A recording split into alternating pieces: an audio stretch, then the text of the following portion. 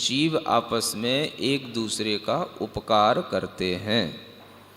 तो उपकार करने का मतलब है कि जीव एक दूसरे के निमित्त से कुछ ना कुछ करते रहते हैं, है ना।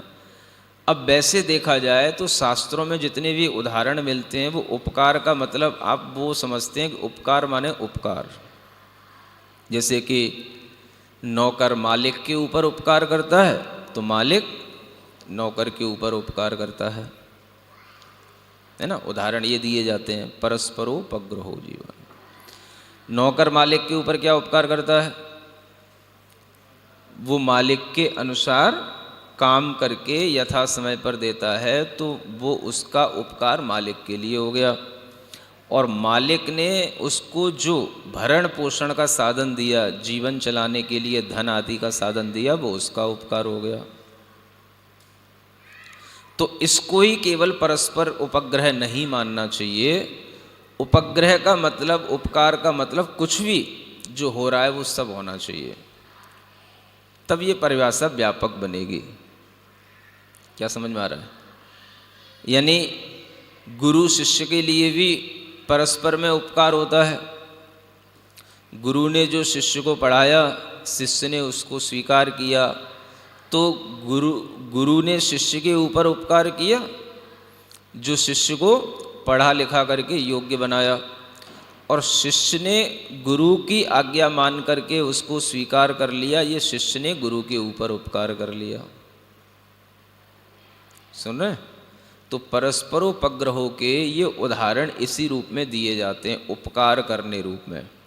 लेकिन हमारा सोचना ऐसा हो रहा है, वर्तमान में कुछ ऐसा चिंतन में आ रहा है, यही उपकार हमें उपकार नहीं समझना चाहिए, अपकार भी उपकार मानना चाहिए। उपकार का मतलब केवल एक दूसरे की सहायता करना नहीं होता है।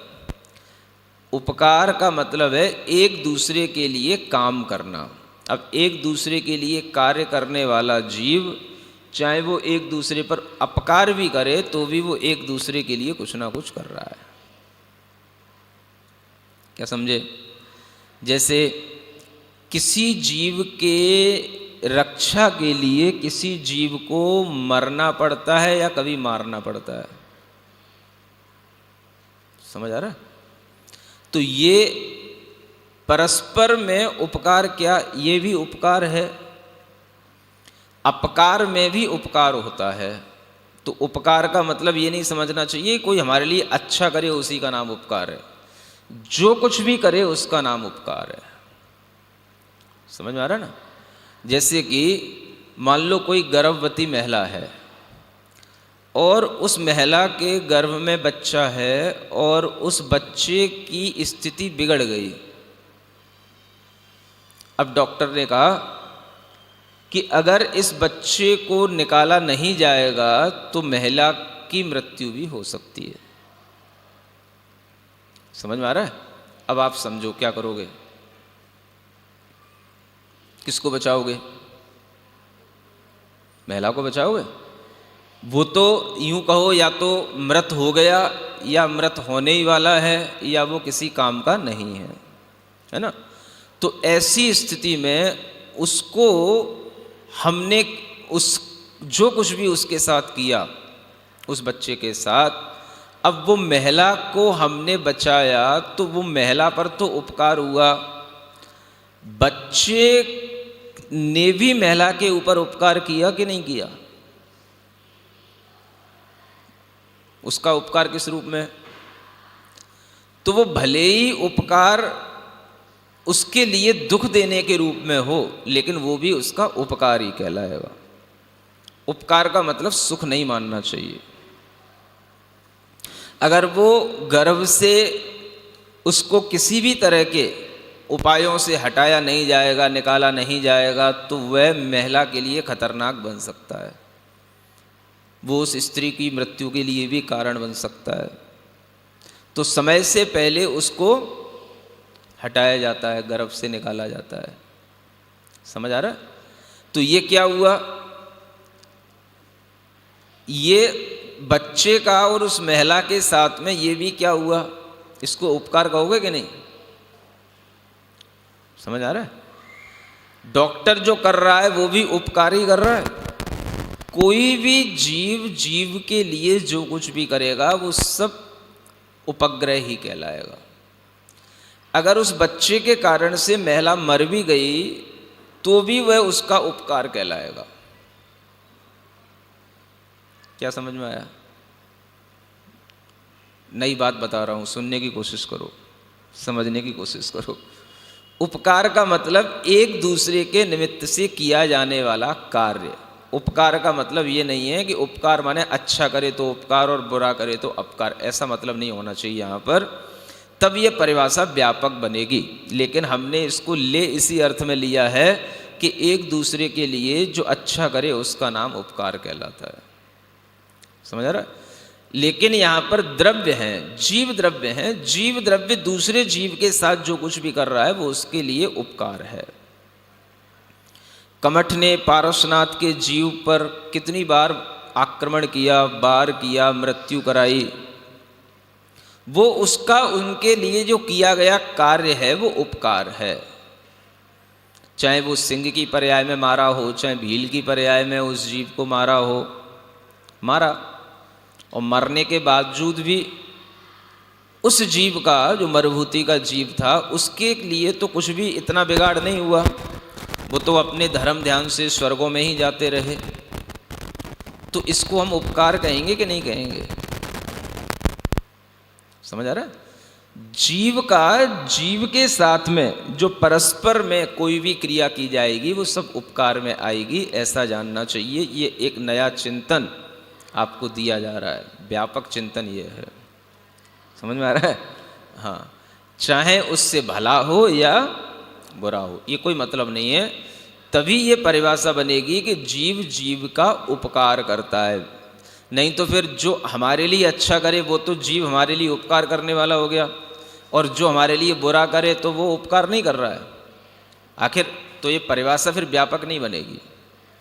तो जीव जीव के साथ जो कुछ भी करे, अच्छा और बुरा तो उसके अपने कर्मों के फलों से होगा, लेकिन जीव का जीव के साथ में जो कुछ भी होगा वो उसकी परस्पर की क्रिया, परस्पर का उपकार कहलाएगी। तो यहाँ उपकार शब्द को केवल दया, हित, अच्छे के रूप में नहीं लेना चाहिए। उपकार का मतलब है व्यापक रूप से आपस में होने वाली एक क्रिया जो किसी भी तरह से हो तो जीव की जीव के लिए होती है। अन्यथा ये परिभाषा केवल जीव की उन्हीं जीवों के लिए रह जाएगी जो एक दूसरे के लिए काम में आ रहे हैं, बस, है ना। और जो किसी के लिए बुरा कर रहे हैं तो फिर उनके लिए परिभाषा लागू नहीं होगी। तो ऐसी परिभाषाएं तो नहीं होती हैं। अगर धर्म द्रव्य की परिभाषा, अधर्म द्रव्य की, फल आकाश द्रव्य की परिभाषा, ये सभी व्यापक हैं और ये हमेशा लागू हर स्थिति में रहने वाली हैं। तो ऐसे ही जीव द्रव्य का परस्पर में उपकार ये व्यापक परिभाषा के रूप में इसी रूप में देखना चाहिए, है ना। तो अगर किसी से किसी की मृत्यु भी होती है तो वो भी उसका उपकार है, क्योंकि कर्म का फल उसके निमित्त से उसको मिला। जैसे देखोगे तो कोई उसमें अपकार कोई किसी का नहीं है, सब एक दूसरे के लिए क्रिया कर रहे हैं।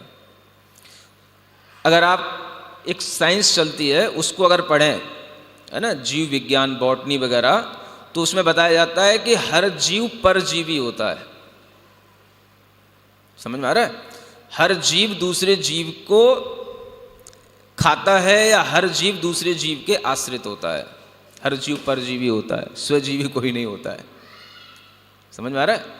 हम लोग भी अगर जी रहे हैं तो दूसरे जीवों की कहीं ना कहीं हत्या तो होती है, चाहे वो एक इंद्रिय क्यों ना हो, वनस्पति कायक हो चाहे अग्नि कायक हो, उनकी हत्या के बिना तो वो नहीं जी पाते हैं। तो देखा जाए तो परजीवी तो हर कोई है। तो इस दृष्टि से देखें तो हर जीव एक दूसरे के ऊपर उपकार कर रहा है। अगर उसकी मृत्यु हमारे लिए उपकार का कारण बन रही है तो वो हमारे लिए उपकार कर रहा है।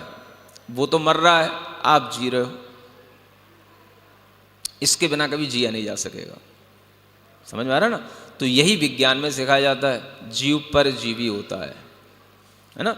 तो हर जीव दूसरे जीव के लिए कहीं ना कहीं कुछ ना कुछ कार्य करता है, वो कार्य अच्छा भी हो सकता है, बुरा भी हो सकता है। ये अच्छा बुरा तो हमारी मानसिकताएं हैं।